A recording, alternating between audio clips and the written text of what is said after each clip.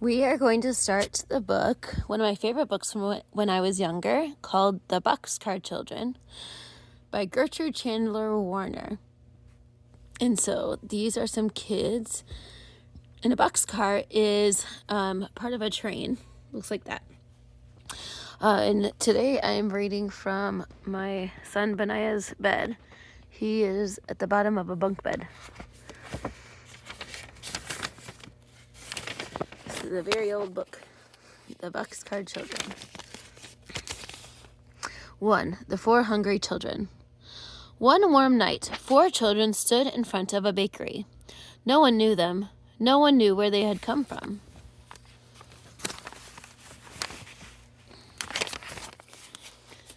The baker's wife saw them first, as they stood looking in at the window of her store. The little boy was looking at the cakes. The big boy was looking at the loaves of bread, and the 2 girls were looking at the cookies. Now the baker's wife did not like children. She did not like boys at all. So she came to the front of the bakery and listened, looking very cross. Cross is another word for angry. "The cake is good, Jessie," the little boy said.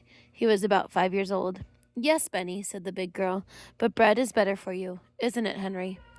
"Oh, yes," said Henry. "We must have some bread, and cake is not good for Benny and Violet." "I like bread best anyway," said Violet.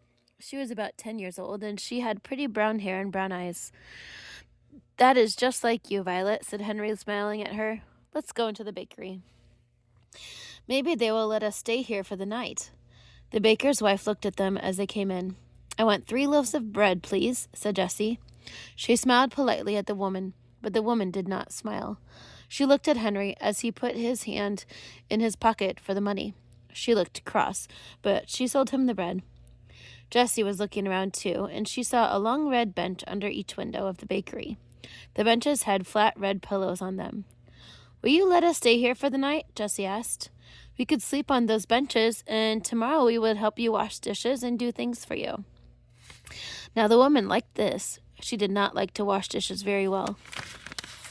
She would like to have a big boy to help her with her work. "Where are your father and mother?" she asked. "They are dead," said Henry. "We have a grandfather in Greenfield, but we don't like him," said Benny. Jessie put her hand over the little boy's mouth before he could say more. "Oh, Benny, keep still," she said. "Why don't you like your grandfather?" asked the woman. "He is our father's father, and he didn't like our mother," said Henry. "So we don't think he would like us. We are afraid he would be mean to us."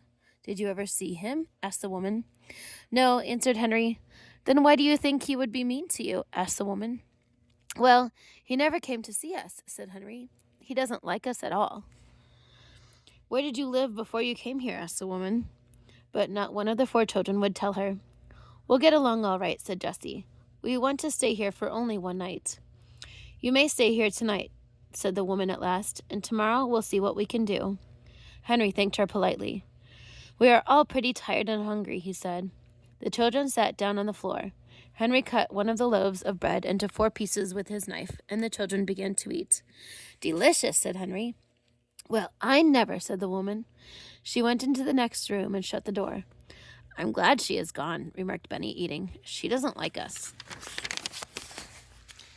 "Shh, Benny," said Jessie. "She is good to let us sleep here." After supper, the children lay down on their red benches, and Violet and Benny soon went to sleep. But Jessie and Henry could hear the woman talking to the baker.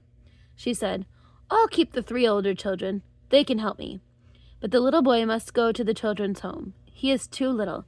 I cannot take care of him." The baker answered, "Very well. Tomorrow I'll take the little boy to the children's home. We'll keep the others for a while, but we must make them tell us who their grandfather is." Jessie and Henry waited until the baker and his wife had gone to bed. Then they sat up in the dark. "Oh, Henry," whispered Jessie, "let's run away from here." "Yes, indeed," said Henry. "We'll never let Benny go to a children's home. Never, never. We must be far away by morning, or they will find us. But we must not leave any of our things here."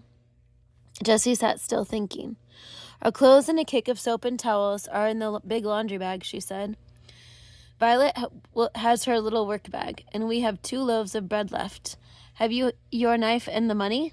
"Yes," said Henry. "I have almost $4. "You must carry Benny," said Jessie. "He will cry if we wake him up, but I'll wake Violet." Shh, Violet, come. We are going to run away again. If we don't run away, the baker will take Benny to a children's home in the morning. The little girl woke up at once. She sat up and rolled off the bench. She did not make any noise. What shall I do? She whispered softly. Carry this, said Jessie. She gave her the work bag. Jessie put the 2 loaves of bread into the laundry bag, and then she looked around the room. All right, she said to Henry. Take Benny now. Henry took Benny in his arms and carried him to the door of the bakery. Jessie took the laundry bag and opened the door very softly. All the children went out quietly. They did not say a word. Jessie shut the door, and then they all listened. Everything was very quiet, so the 4 children went down the street. So after each chapter, I will ask a couple questions that I just want you to think about the answer. You don't need to say it, just think about the answer. The first one is, where do you think the grandfather is?